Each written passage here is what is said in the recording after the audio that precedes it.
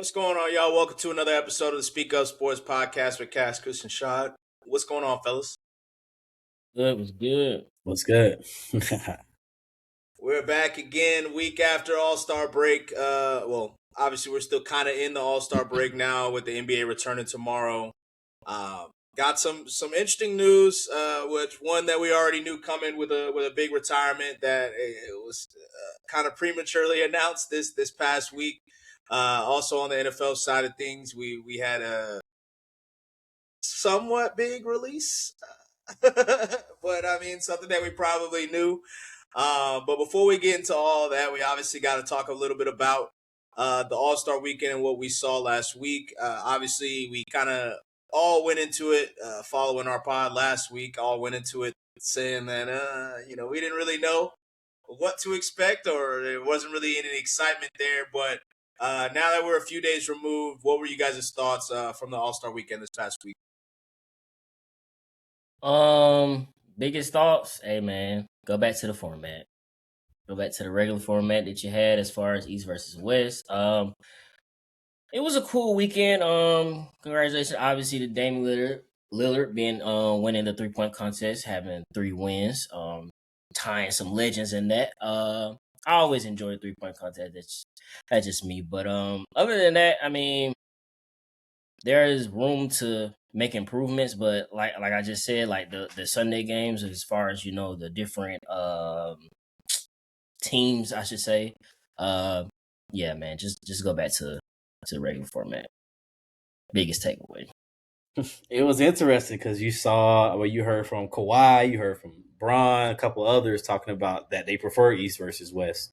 This was before the game, before this Sunday happened, and I was impressed by the level of effort.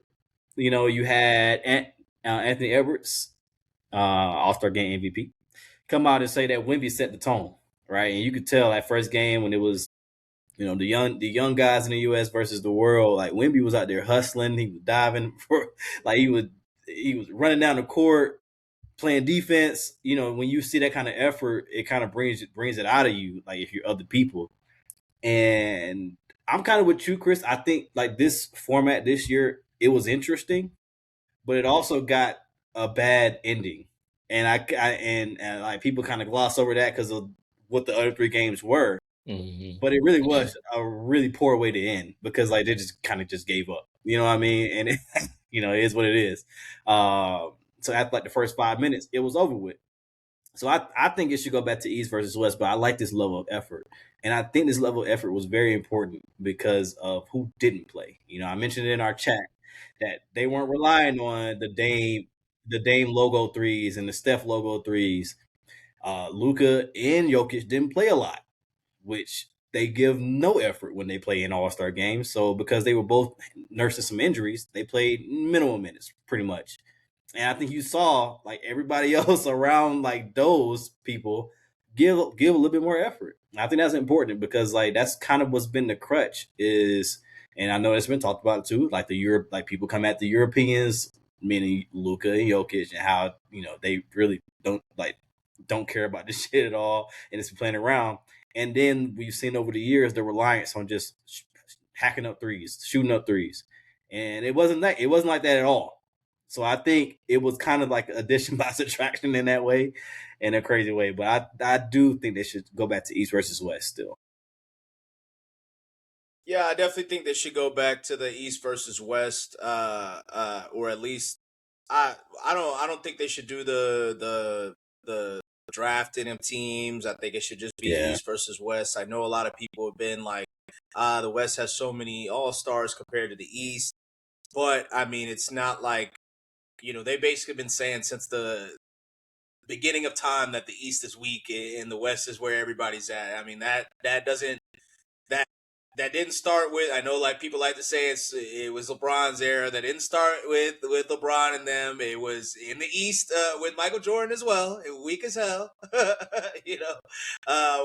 with Kobe and all them. It was weak then, quote unquote weak. Even though I kind of disagree with the terms weak because I mean there's only really like in each conference, there's only maybe the records seem good on the West Coast, but it's not like niggas is believing that.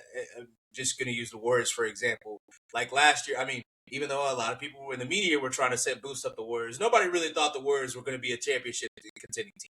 Like nobody really thought the Lakers, even though I was one person that came out and said I thought the Lakers were going, but most of the world didn't think the Lakers were going to be a championship contending team. It's not like there's never like they like to say 8 teams in the West Coast that are so compete good. for a championship. It's like 3 teams that you think is really going to win a ship, and 9 times out of 10. You got everybody reverts to the Lakers because they have LeBron and the experience, or the Warriors because they have Steph and the experience, or the Nuggets, obviously, because of Jokic as well. So, I mean, I think they should just go back to it. But, in terms of the effort, it's more effort than we really seen in any All-Star game. Honestly, yeah. Like I've said you in the past, talk about like, it's cool. It was cool. It was fun to see the game. The first 2 games were phenomenal, in my opinion. The last game, obviously, they didn't have they didn't have the legs because they were given so much effort, and I'm sure they were probably not preparing for games like they would typically do going into regular season or even playoff games. So I mean, I think that was to be a little bit expected. It's not like, even though they did blow them out, the young guys weren't just out there just shooting the laces off the motherfucker. They were struggling too. It's just that the older dudes couldn't hit. So if they are going to continue with that, I would have liked to see, and I would have liked to see that this year as well. A little bit more of a mix. We've already gotten our moment. I mean, obviously, maybe not Kawhi, because Kawhi dropped out of the USA of the Olympics last year, or a couple years back, whatever it was. But we got the moment with Steph, LeBron, and KD, and now obviously Kawhi. So just mix them in, like mix them together. That would have been cool to see, in my opinion, more so than the old heads versus the young guys versus the world. I don't understand why they're trying to. It seems like there's a strong push for the world just with everything, when a lot of even though we were talking about it in terms of like, so the MVP award winners of the past few years have been from overseas. Like, if you really look at it, the best players in the NBA this season, and probably some of the past seasons, especially because given the injuries, have all been American. Like, I know people, like I've been saying for a long time, a lot of people don't want to give Jason Tatum the credit that he deserves, but obviously, like, I don't think that you could take Jason Tatum. Like, if you're going to talk about a big 3 or a big 4, whatever the case may be, with like Shea, Giannis, Jokic, and then I know people have wanted to put Luka in there. I think Jason Tatum's name, prior to injury, had to be in that mix as well. And then this year, obviously, you have Jaylen Brown, who's playing really well. You have Donovan Mitchell, who's playing really well. Jalen Brunson, I guess. Cade Cunningham. You've got a lot of guys that are, I mean, and that's just specifically from the East Coast. So, like, you've got a lot of guys that have been playing well. And ultimately, like, for whatever reason, people want to keep focusing on that aspect of it. Like, oh, they're coming from overseas. This is an American game. Most of the players in the NBA are American. Most of your best players in the league are American. Maybe you have a couple, 2, 3, 4 that are from overseas that are at the top, but that's not their fault that they're at the top. And, so, I get it that Shea, and then also, like, Shea, I get it, he's Canadian, but, like, he got good when he was in the States. Like, he got real good when he was in the States. Like, that's just a hop, skip across from New York, for real. So, like, and they keep wanting to lump Shea in with the Europeans, but he's not European. So, like, I don't really get that. So it's, all of it is it's just a lot of talk about nothing, especially given the fact that, maybe because the NBA has started to market it this way, because I feel like the marketing has been very lacking just in terms of the NBA in general over the past few years. And I've been saying that, obviously, because they don't necessarily have a face of the league outside of LeBron and, maybe Steph to a lesser extent. But, I do feel like the marketing specifically this year was lacking because, as you guys mentioned in the chat, like, a lot of people didn't know that the All-Star game or the All-Star weekend, both Saturday and Sunday, were starting middle of the day as opposed to at prime time. A lot of people probably didn't even know it was All-Star weekend for real, like, just in general. Like, the games, it seems like, they kind of take their lumps during the NFL season and try to wait it out. But if they're going to do that, I feel like maybe it's just time to just shorten the season. Like just shorten the season, starting Christmas Day, Started Christmas. and go from there. If that's how you're going to operate, because in my opinion, and I'm an avid basketball, I watch a lot of NBA basketball, and I feel like it just hasn't necessarily been there. Like half the games, aside from Cavs game, I'd be like, oh damn, I didn't even know they were playing on national TV today. Let me watch it. Like, because it feels like they never really advertise it. So, and I have sports TV on all day. Yeah. Unless I'm watching shows, it's something just playing in the background for real. So like, I don't know. That's the crazy part. Like they market that first week, opening week, sure. Like, but outside of that, like once you're done with that, of course, like we had the whole in-season tournament and stuff this season, but again, you're interfering with football. Yeah, I mean, what it is, it's tough. It's tough. So I mean, like, yeah, the marketing definitely has to get better. I completely agree with that. And I just don't think it would be as tough if they just marketed some of the newer, and these guys gotta take like a stranglehold, these younger guys, as we've mentioned plenty of time. But like if they just start marketing them, I don't feel like it would be that tough. Like I do think people would like Cooper Flag. I do think people would like Jason Tatum. Jaylen Brown, I don't necessarily know if people gonna like it. Hey, but it's a quiet taste. Donovan Mitchell, I do think people would like him. I mean, obviously people like Jalen Brunson and the whole Villanova crew. I don't know about you, my boy, but just to name a few of the younger guys, but like, obviously you have a lot of these kids that are coming up as freshmen. Where a lot of people are expecting a really good class of NBA prospects this year. Market them, like obviously they've been marketing them in the college game. Like continue to market them as the next coming, and they got to be able to be trusted. Like John Morant with some of his issues, obviously Ant. I don't want to say he can't be trusted, but like, and it's just and he got to be a little bit more. I guess he got taken a little bit more serious. Not saying that he doesn't take it seriously, but I do think that there's certain ways that he can operate a little bit. But and he knows LaMelo Ball, obviously we got some news about him today. But like him, Zion, you got to be able to trust some of these guys. So, what was you gonna say, Chris? Well, I think I was just going to add on to like somebody like even Tyrese Halliburton, being able to, even though he got injured, but carrying the team to the finals. I mean, everybody was excited when he unfortunately, I'm sorry, but when he hit the shot or whatever for a game winner type ordeal, the celebration, that's people like that. That's popularity in the NBA. So like you said, marketing is very marketable with people out here. They just got to actually want to do it.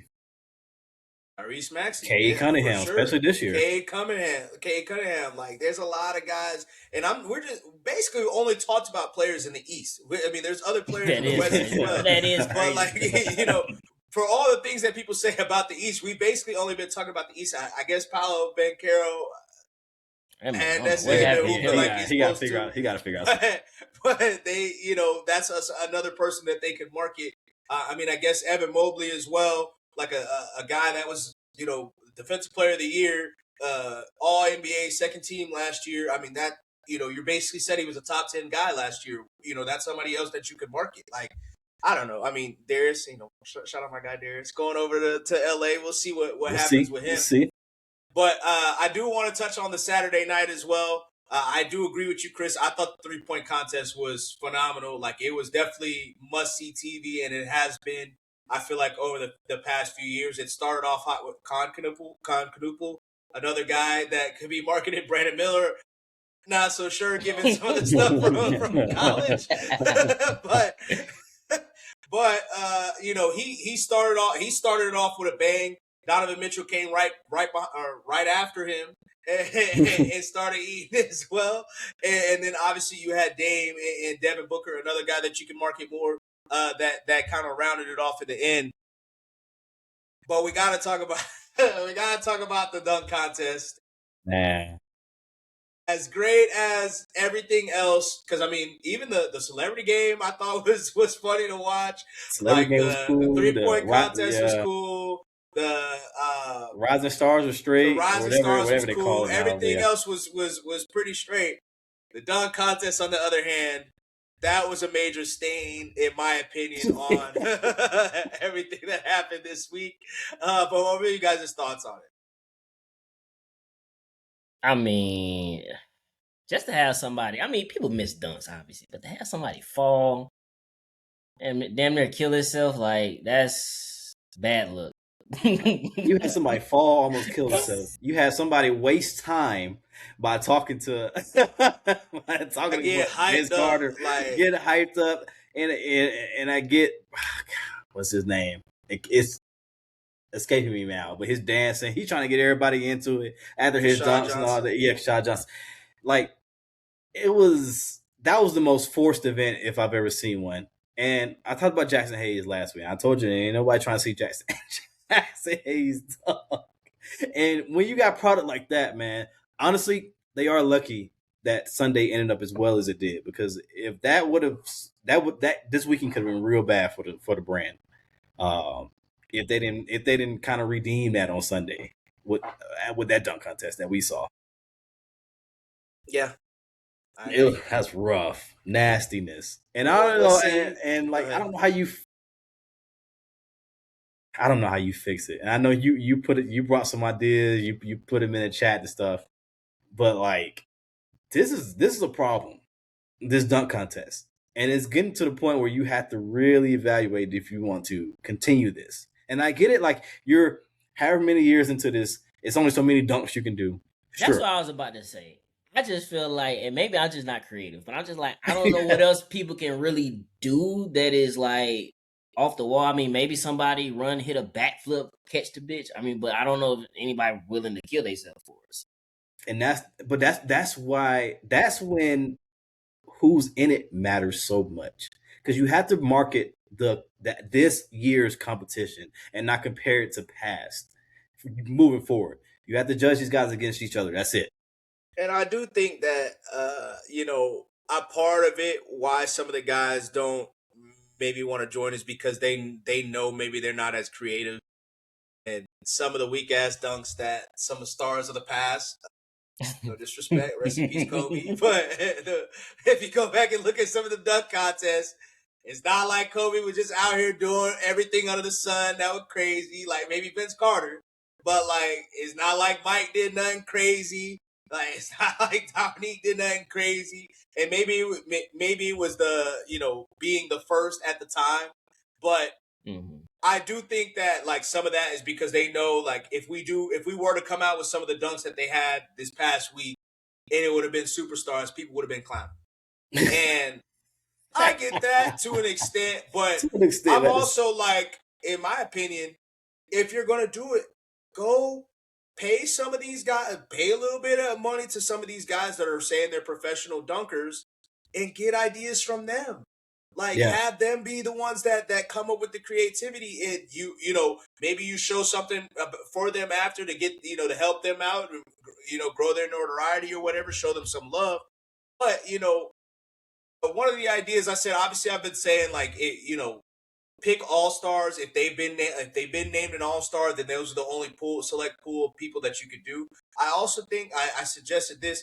Everybody in the NBA at the beginning of the year or middle of the year when fans are starting to do all star voting, the NBA players have to vote for who they think is the best dunkers in the league, and whoever's the top four, you get one chance to say no. But if you get voted like back-to-back years, you got to do it. Like or some of these call people out. Like, call people out. All these players, look, publicly call people out. Like, you started seeing some of it. They were so willing to publicly call out Luka and Jokic for their effort, or like people not really coming after them. Start calling out some of these people to come showcase what they do. And there's plenty of people that I am sure that they see at practice that aren't stars that can probably dunk the hell out of a basketball, are pretty super athletic. And we would maybe they're not stars now, but they could become household names after. And so I saw like Matt McClung. He obviously released a video shortly after. I mean, some of his dunks were I was like, ain't dunks you ever seen.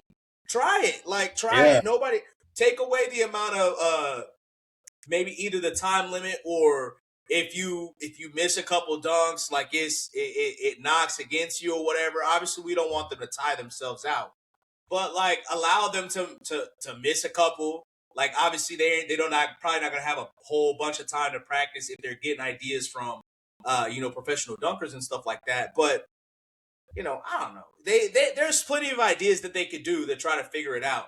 But I think it's this tired old when LeBron didn't do the dunk contest, it ruined the dunk contest. Yeah, I saw There that has headline. been plenty of stars that have been in the dunk contest. We just don't give them credit because once again, we've had Donovan Mitchell has been in the dunk contest. Victor Oladipo at his peak was in the dunk contest. John Wall was in the dunk contest. Paul George was in the dunk contest. Jaylen Brown was in the dunk contest. I was gonna say Miles Bridges. I don't want to say he's a star, but John Collins. All these guys that were young up and comers. Aaron Gordon was a young up and comer at that point in time. It's not like he's now become a guy that's been more of a role player or a really strong 2 or 3. But at that point in time, that was somebody that people thought could possibly be a franchise player. Same with Zach LaVine. So like, just last year we had the Rookie of the Year do the dunk contest. So like, stop acting like it ain't people that were up and comers, young guys. Jalen Green's been in the dunk contest. Like obviously he was the number 2 overall draft pick. So like, there's been people in the dunk contest. You just gotta we gotta start showing some love to the people that are participating in the dunk contest. But go be creative. Get ideas from other people. You don't have to come up with the ideas yourselves. And I don't know if that's what they're doing, but if that is what they are doing, just go pay. They be throwing money at whatever. I just seen a TikTok with PJ Washington talk about he paid for a $60,000 private jet.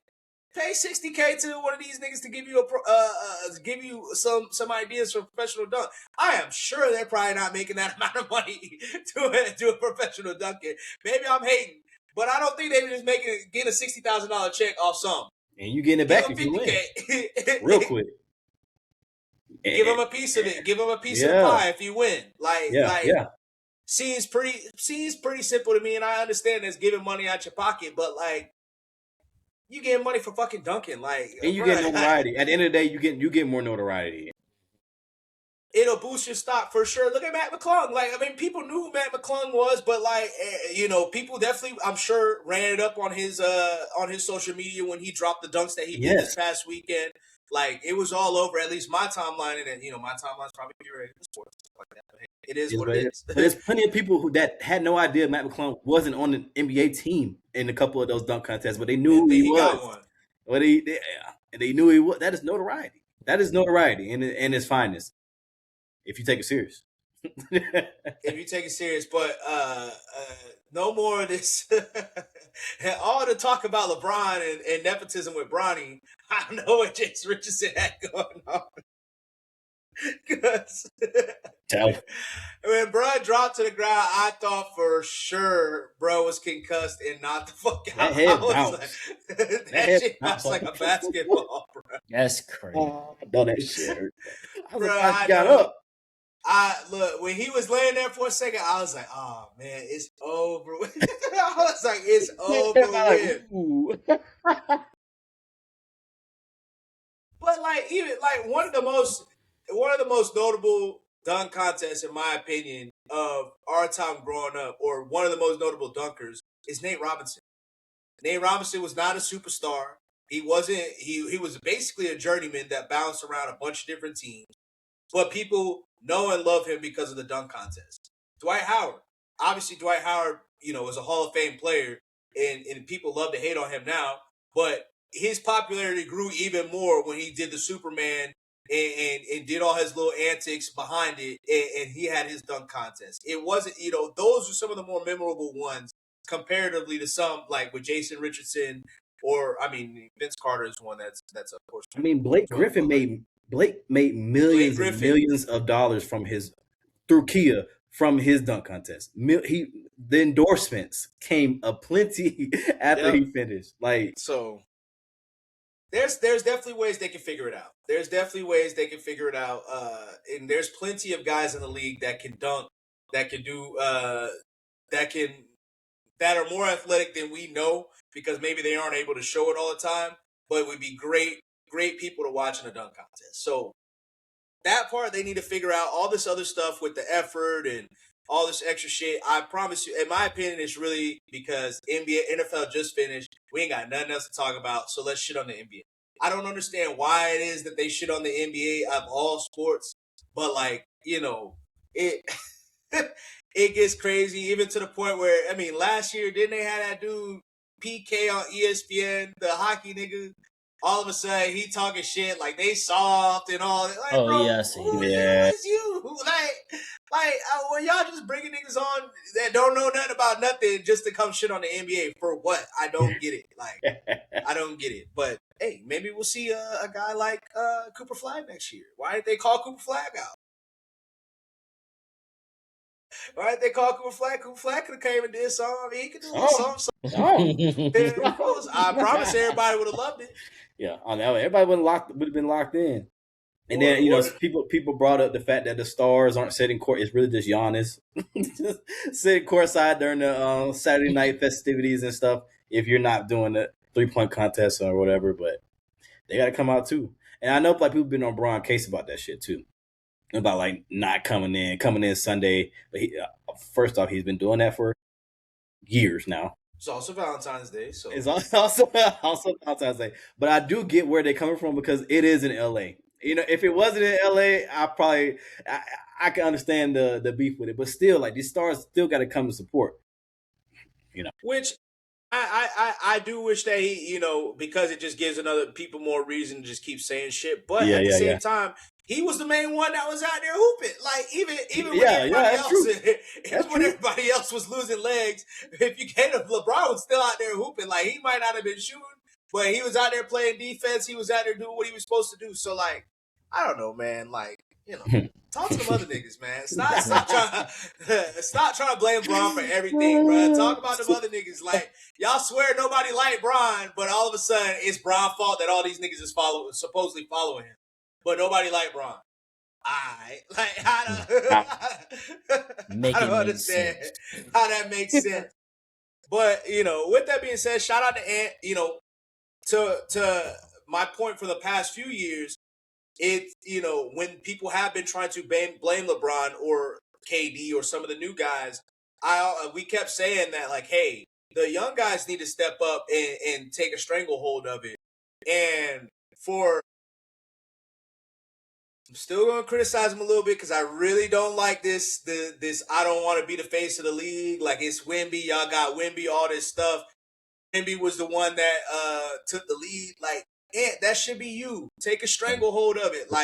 Take a stranglehold. Times too. Like, why? What do you mean, Wemby? Like, what do you mean, Wemby? Like, you were the one. You were the nigga that everybody's trying to give this shit to. Take a hold of it, bro. Like, he got to catch some flack for that. But it is I remember when this motherfucker was out there shooting left-handed. That was when it was at its all-time low. You know what I mean? So it's definitely a big change from then. So, it was definitely a big change from then. And last year was a big embarrassment, but from him, from Chris Paul and Wemby, what they did in the skills challenge and everything. So like, but all them guys, like, Donovan Mitchell, Jaylen Brown, Devin Booker, and like, you guys got to take a stranglehold of this shit. Shade, like, if Con Canupo makes it in a few years, I don't know if LaMelo ever gonna make that motherfucker because he can't stay healthy. But like, you guys have to be the ones to take a hold of it and make it what it is supposed to be. Whatever y'all say y'all grew up on and how it was supposed to be. All this talk and extra shit. Like, it can't just be Bron, Steph, and KD and Kawhi coming out. Shout out Kawhi for giving a show in his hometown. But like, it can't be them. It's got to be the young guys. So like, everybody's got to play their part and start taking hold of it. But since we talk about young and old guys, we got to talk about an old guy that just retired. Obviously, officially we talked about him possibly helping some teams out at the trade deadline. But Chris Paul is officially forced into retirement. I don't know if he retired, forced into retirement. I don't really know. Obviously, with his debacle with the Clippers this year, and then officially being released from the Raptors right before the weekend festivities happened. How do you guys feel about Chris Paul's retirement happening at this point, and just your thoughts on his career? I mean, at this point, I guess you could say it's tough because if especially going into a season, you would like to, finish your season out. And I'm not saying you have a farewell tour, but I mean, I guess it'd be one of them things where it's like we know it's coming. All right, this is my last year, you guys. Blah blah blah. Be able to handle it that way. So I mean, for me, that's kind of tough to see that. Maybe you could have got a Kobe experience where your last game of the year. I don't know, I mean, 30 assists, 30 Some assists or PT. some shit like that. But I mean, hell of a career though. Obviously Hall of Famer. I mean, man, I remember him from, when he was playing with New Orleans when they were the well, yes, Hornets. There you go. But and then, from that to, supposedly getting traded to the Lakers, getting that shit vetoed. But hell of a career for Chris Paul, man. Hell of a competitor. Obviously, wish him nothing but the best. I'm sure he's gonna have a good retirement. So, shout out to Chris Maybe. Paul. Maybe. It does suck how it went down, especially when you had him, posting and I guess you could say leaking to the media too, like, oh, stay tuned, like, like, I got plans, stuff like that, to make it seem like he was still like trying to find a team to play for, and then for it to just happen like that, it's a little tough. It's a little tough, but like you said, Chris, damn good career. I'll talk, like, we all know, first team, first ballot Hall of Famer. Like, this guy is like just he is the epitome of pretty much when I started watching basketball to now. Like, he's like when I like first looked at basketball. I mean, it was it was a little bit of AI in there, but when I started paying attention, was around the time him. Of course, he came in after Bron, but around the time where he came into the league. And I mean, that's what I think back to. He's been there the whole time I've been watching. I've been locked into basketball, which is crazy. Like, honestly, crazy to think about. So hell of a career to Chris Paul, man. All the accolades in the world, except for, it's okay though. It's okay. It's not all about the ships. And yeah, somebody that probably hasn't necessarily gotten the credit, like LeBron and slowly Steph and KD have started getting in terms of the longevity. But playing 21 years, basically making every team better except for, I guess, the Warriors while he was there, and maybe the Clippers this year. But damn near every team that he was with, reached his heights with him. And for somebody that kind of has like a playoff choker or whatever the case label, like, it's funny that he kind of carries that label while all these teams were only good, well, not only good, but they, like I said, they reached their peak because of him. So I not only being a first ballot Hall of Famer, also obviously having his career go the way that it, or having the ending go the way that it did with the Clippers, being their franchise's best player. And there's this week we've started to get a little clips from him, so I'm sure we'll start to hear a little bit more stories about what actually happened and how it happened, and get a little bit more details, because it feels like we've gotten a lot of like at first it was like it seemed like we got some stuff from his side, then over recently it seemed like it's more started to come from the Clippers side, like he was being a little bit of a cancer, whatever the case may be. Who knows? We obviously know how, people know how Chris Paul is, the competitor that he is, but for it to happen that way, it still doesn't make sense that he went there, given I guess the history that he had with James Harden, and now James Harden being in Being Cleveland. shipped. But also, being the president of the Players Association, like that is also like a very, very key factor, and was the president for a long time.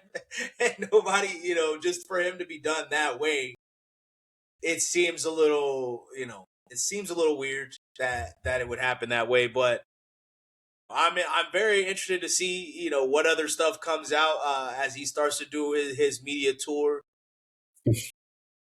I wonder if we're going to see him in coaching, or I definitely could see him being on TV at some point. But I do not think that it's this.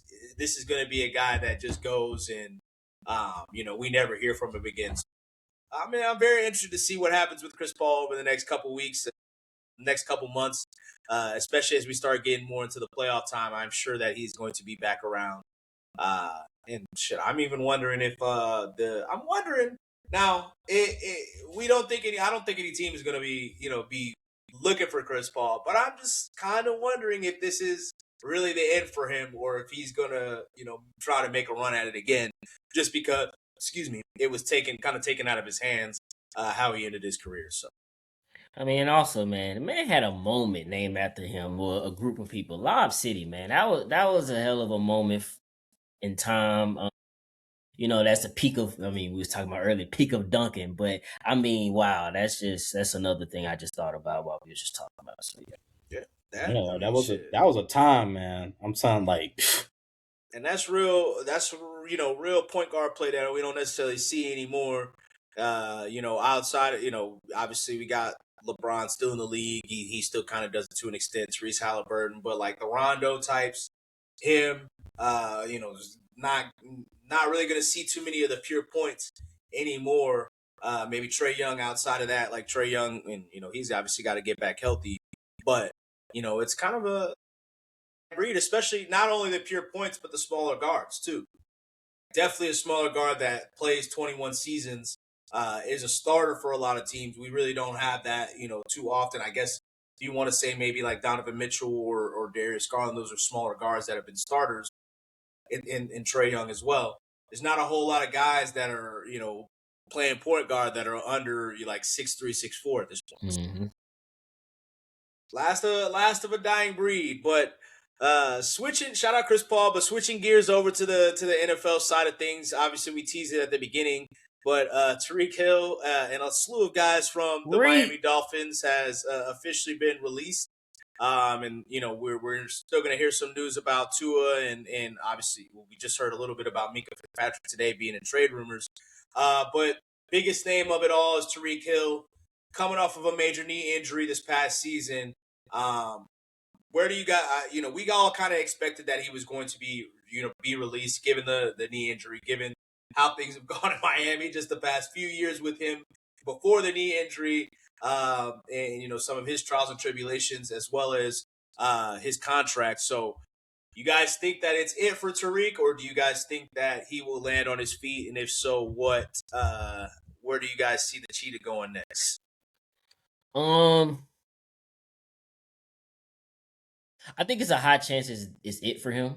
That was a major injury. They liken it to the Tank Dell injury, and even though it happened at separate times, I mean Tank Dell still isn't back. So for him to even come back, we don't know how he will look. He's speed. That is what he is. He is speed. He's a speed demon. So that could very well change, how he is. And only reason I say I think he could come back, it would be probably to the Chiefs, and only because they know him. He's played with them. They know his skill set and whatnot. I mean, anybody could take a flyer on him, but it was almost like you will rather wait to make sure of what you see out of him. And I think a team like the Chiefs wouldn't just wait. They'll eventually grab him and just hold him till you get right. But I mean, I just don't see another team taking that chance.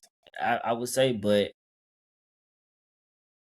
I can't see nobody else. That's all I'm gonna say. I just can't see it because it's just one, and he's older. So again, we don't know what that's gonna look like. It's not like he's like one of those big body receivers that he might have lost a step, but he can get a possession here and there. But if that's his speed and that's his bread and butter, I feel like you just gotta see it before you can just say, yeah, I'm gonna sign. No, I feel you on that 100%. It is a tough injury that he's come back from. I think he has to get another surgery, so he's not even really done. It's a long rehab road ahead, and like you said, that style of play, when you're relying on your speed, it's going to take a while to get back. And I'm not saying that he can't. I mean, he is a little older on the older side, but I just mean older than Tank. That's all. At the same time, he is 30. I mean, he'll be 32 next week, in the beginning of March or whatever. So he's not like super old. Mm-hmm. It's still doable. The thing is, when you talk about this next place, like a lot of people are saying Baltimore, right? Because that's what they go after. This is But like you said, Chris, I think this year you want to just wait it out. He's going to get a 1-year deal wherever he goes. It's not like I think. You got to see, or at least a 1-year kind of mask deal in a way, where they'll have an out, after the year or whatever if the rehab doesn't go well. I think you just wait it out, and like you said, I think the Chiefs probably the most likely option because of the history there. But I can't see any other team unless you're super desperate, unless you're super super desperate for anything. But again, Tyreek Hill is not just a player; you also get in person, and this is a person that you have to have on your team that's not playing football. So what does that all come with as well? And we've seen this happen. He gets in a lot of stuff off the field, a lot of issues. What does that look like if he's playing if he sits out the whole season and you signed up for that? You're the one paying him. So it's a lot of questions you got to ask as a general manager, as a coach that's thinking about bringing him on. So it might be the Chiefs, but I don't think it'll be easy. You gotta send him to Alcatraz to get him to keep him out of trouble. And where that's it, might be where he needs to go anyway. But I mean, I don't know where. To be honest, I don't know where he ultimately ends up. I think the Chiefs is where he's trying to hint that he wants to go. I don't know if they're as interested in him as he seemingly is interested in them. There has been, some of his former teammates that have obviously said they would love to see him back. Outside of the, probably the two key ones if Travis Kelce doesn't retire, which he's he fighting. But with that being said, obviously a lot of people have talked about Baltimore as well because it does seem like they love to go for those older receivers, and that's just kind of their MO. But I do think as I could see him kind of being like that Odell mercenary where he just tries to go to a team. He waits till midseason, gets fully healthy. I'm sure we'll probably hear a little bit more information about him and his status in terms of once we get into the combine towards the end of next week, as well as we start getting closer and closer to the draft, because some people are probably going to want to hear the input, and then once we get into free agency in a few weeks as well, that'll also kind of like set with what some of the receivers signed for, that'll kind of set his market. But if it is the end, I do hope that he does keep his nose clean because, I think Ryan, I didn't listen to it in its entirety or really at all, to be honest, but I saw the caption for it and I can imagine what he was talking about. But talking about how, he's kind of got to watch himself because we saw how the Hall of Fame treated T.O., made him have to wait.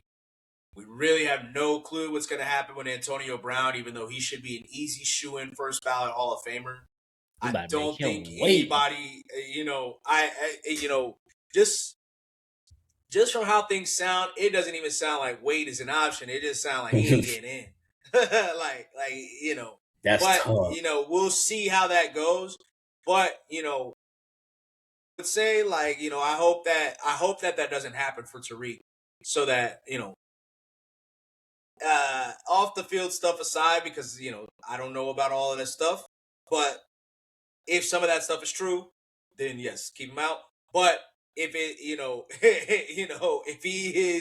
if he does kind of keep his nose clean, obviously, whatever happens with him and his ex-wife and stuff like that, keep that off the field and leave that off the field and keep that dead. I think that he should be a Hall of Famer as well. So it's just it's a weird ending to how his career would end if it is the end of his career. Weird ending to his time with Miami. It kind of all imploded in Miami, kind of all at once. And honestly, it kind of shows, when you don't force a quarterback if it's not there, don't force a quarterback if it's not there. We talk so much about how, quarterbacks. We always talk about, or at least the national media is always talking about quarterbacks in terms of paying guys that aren't necessarily A tier, paying C guys A tier money or B guys A tier money. I think you kind of see how that is starting to shape for Miami, where they did go all in with getting Tyreek Hill, getting Jalen Ramsey, bringing in Bradley Chubb, and now all these guys, Bradley Chubb's gone, Jalen Ramsey's gone. They went and got Minka Fitzpatrick last year, probably thinking that they were going to contend. or at least try to contend. Now he's appearing to be gone. Their head coach is gone. Tua's probably going to be gone as well. So, it kind of shows you how fast things implode. I think, using Daniel Jones as an example as well, you paid Daniel Jones and a lot of things imploded shortly after with the New York Giants. So luckily that didn't happen with the Seahawks, but I don't know how people feel about Sam Darnold, but I am sure that he might get a contract extension this year, or at least a pay raise. But that'll be something to watch as well. Obviously, the Seattle Seahawks have a lot of money, a lot of cap space now before they re-sign folks and stuff like that. But we'll kind of see if that is something that affects them as well. So I just think that kind of, it's like a cautionary tale for, if you are going to pay a quarterback, like, make sure you don't put yourself in a position where, or don't be dumb, because like ultimately, like, Tua, it's easier said than done. It's easier said than done. And I would love to be a fly on the wall for some of these conversations, because like, it can't be these guys just have that much leverage, because like, they gotta be like, hey, ain't nobody gonna sign you to this money, bro. Like, I ain't about to sign you for $50 million, dog. Like, what are you talking about? I'll call your bluff. Like, ain't nobody gonna sign you for real for this. They don't call enough bluffs in the NFL for sure. That's really what it is. They do it for the running backs, but they don't do it for the quarterbacks for whatever reason. That's true. Shit, we still gotta. I mean, time is probably gonna tell whose choice it was. Obviously, Mike McDaniel did fight for him a lot, but it seemed like Mike McDaniel was also willing to move off of him pretty quickly as well. Maybe that was just a saving job, saving face type deal. But it'll be interesting to see where once Tua leaves, some of the conversations that start to come out about him, and it's also going to be funny to see if he like kind of walks back some of those comments about Brian Flores as well, which he probably won't. But we'll see. But with that being said, that gives us a wrap for a quick, short episode of the Speak Up Sports Podcast. We will catch y'all next week when the NBA picks back up and we're getting into the Combine week as well. Combine. Let's go.